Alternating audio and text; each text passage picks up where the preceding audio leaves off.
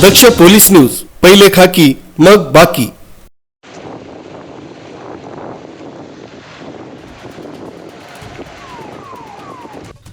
Mudkhed police ठाण्याचे police निरीक्षक वसंत सप्रे यांच्या मार्गदर्शनाखाली दिनांक 11 सप्टेंबर 2024 रोजी गणेशोत्सव तसंच ईद ए मिलाद या उत्सवानिमित्त शांतता तसंच सुव्यवस्थेसाठी मुदखेड शहरात पथसंचलन करण्यात आलं।